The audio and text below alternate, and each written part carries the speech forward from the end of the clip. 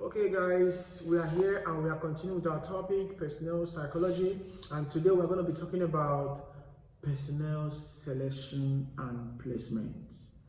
Personnel selection and placement, as we did in the previous video, that everything accrued or under the purview of a personnel psychology is the interest of this course. Yes. So we'll be looking at them, and the first thing we are talking about today is personnel selection and placement. So what is selection and placement? So we remember that from beginning or the previous video we said that the major aim of any personnel psychology understanding in this personnel selection, they understand that individual differences exist. Please, we cannot forget that. And secondly, limited job, right? And every other thing. So it is important to have this in mind, and that is one of the reasons we try to do selection and they need to place, right? So people differ in many areas, such as their level of attainment or achievements, right? You have undergraduates, BSc, BEd, NCE, okay, Masters, PhD, OND, HND, all these are powerful certificates, right? And grades, the level of first class, second class, all of those things, right? These people differ in that, right? Even in intelligence, there are super intelligent persons, and you'll be surprised to know that there are jobs that personnel psychologists, when they see you are high in intelligence, they will decline. You wouldn't be needed. Okay, for example, a man took to the court in America and took the police agency to court that he scored good result. His IQ was 125. Yes, very superior, very powerful, intelligent IQ quotient. Yeah, intelligent quotient. But he was not selected after doing marvelously well. Now, the police defendants on anything, they came close and said yes, that actually he was that good and highly intelligent, but by the assumption as a personnel psychologist, that police work doesn't need a highly intelligent person. So policing in America, and you can see them in Nigeria, you can take for example, if you are that high and high intelligent, can you be happy wearing one cloth every day? Imagine that kind of clothes. You are under the sun and you are waving this way and you are waving the other way, and come on, they believe that somebody so highly intelligent in that level will feel bored in such job, and that's the explanation, and they want the whatever, right?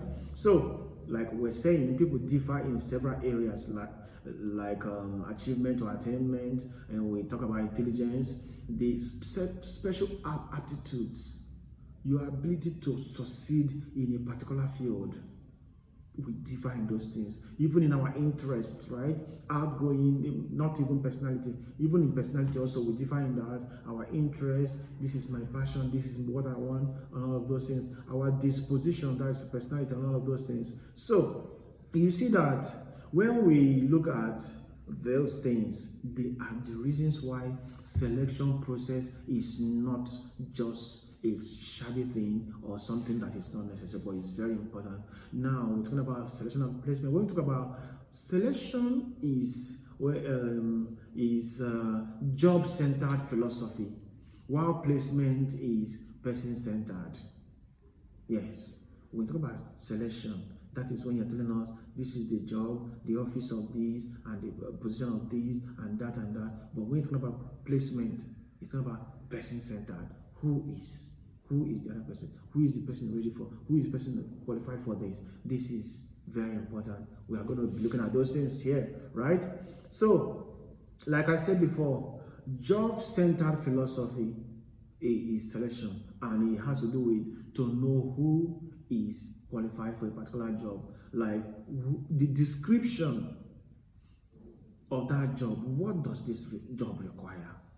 What anybody on this job, should this job require this job need a height of this job, everything. That is job-centered in selection, while place or person-centered, sorry, this is where we're looking at, that is placement, right? We're talking about the person. What does it take? What must you have to be placed in a particular position? All of those things, that is person-centered. So selection, as we are talking about, is about finding the job requirements.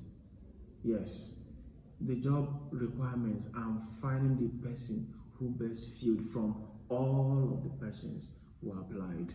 It is a process of matching the individual to the job or with the job, right? In this process, we know that we collect information. Yes, several information about the persons in several areas. Places we collect those information include interview. Yes, through interview we can do that. Even written and performance tests. It can be written, it can be oral, it can even be a task like performance tests, right? Background and referee reports. You know that employees are also encouraged to recommend persons, right? They are encouraged to recommend, oh, this person is good for this. I think he will be good. I think that's why you see some people, they could collect their friend's CV and they could recommend them for a particular position, right? Not on an emotional basis, but it's a rational process, right? We also obtain the selection process. We do objective and projective tests also, which I'm sure we understand what that means. We're looking at them when we talk about psychological instruments. Objective tests, we include the MMPI, the VESHLA, looking at their intelligence. The projective tests, looking at the Rorschach-Imblit test. We talk about the thematic perception. If you're interested or curious about these instruments, we have them already in this video, in this channel. You can look at them in some of our videos already. They have exclusive or specific videos we have done on the Minnesota Multifaceted Personality Inventory, even the VESHLA Adult Intelligence Scale, the Rorschach-Imblit test, and the thematic perception test. We have given a good description of those tests, right? Yeah, so if you want to know about those personality tests and everything, if you want to know your IQ test, if you want to know your personality types or your maybe any psychological or mental state, please, you can email us at chidozie.obn.201176 at unn.edu.ng or 070 322-61791. You'll be glad because we will be ready to render those mental services to you. Yeah, we are licensed for that and we continue. So, like we're saying, this selection, objective and projective tests, we can obtain information using those things, even clinical tests. We call it clinical interview. So, the combination of information that you obtain from all of these areas can help you know the right person. It can help organizations to know who, one, maybe to hire, two, to reject, or three, to place on waiting lists.